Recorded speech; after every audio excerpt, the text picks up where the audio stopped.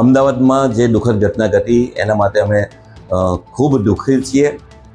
શિક્ષણ જગત હચમચી ગયું છે અને આ બાબતે અમે શું કરી શકીએ, કઈ રીતે સાવચેત રહેવું અને વિદ્યાર્થીઓને પણ કઈ રીતે આવું કૃત્ય કરતા અટકાવવા એ માટે સતત ચિંતન કરી રહ્યા છે. આજે જ્યારે જિલ્લા શિક્ષણ અધિકારીશ્રીએ વિદ્યાર્થીની બેગ ચેક કરવી, સાથે સાથે શિસ્ત સમિતિની રચના કરવી આ આદેશ કર્યા છે, ત્યારે એટલું ચોક્કસ કહું છું કે દરેક શાળામાં શિસ્ત સમિતિની રચના થતી જ હોય છે, પરંતુ હવે એમણે સજાગ રહીને કામ કરવું પડશે.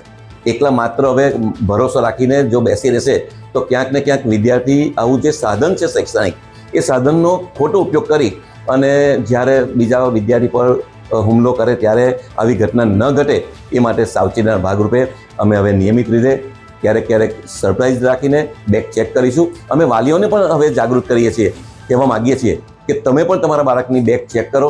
તમે પણ તમારે પણ એવું સર્ટિફિકેટ આપવું પડે કે મારા બાળક ક્યારે પણ મારે બેગમાં કોઈ હથિયાર એવું લઈને નહીં આવે કે જે ઘાતક હોય, અને કદાચ સ્કૂલના જે કંઈક સાધનો હોય એ સાધનનો દુરુપયોગ નહીં કરે એ માટેનું કાઉન્સિલિંગ પણ અમે ચોક્કસપણે કરી રહ્યા છીએ.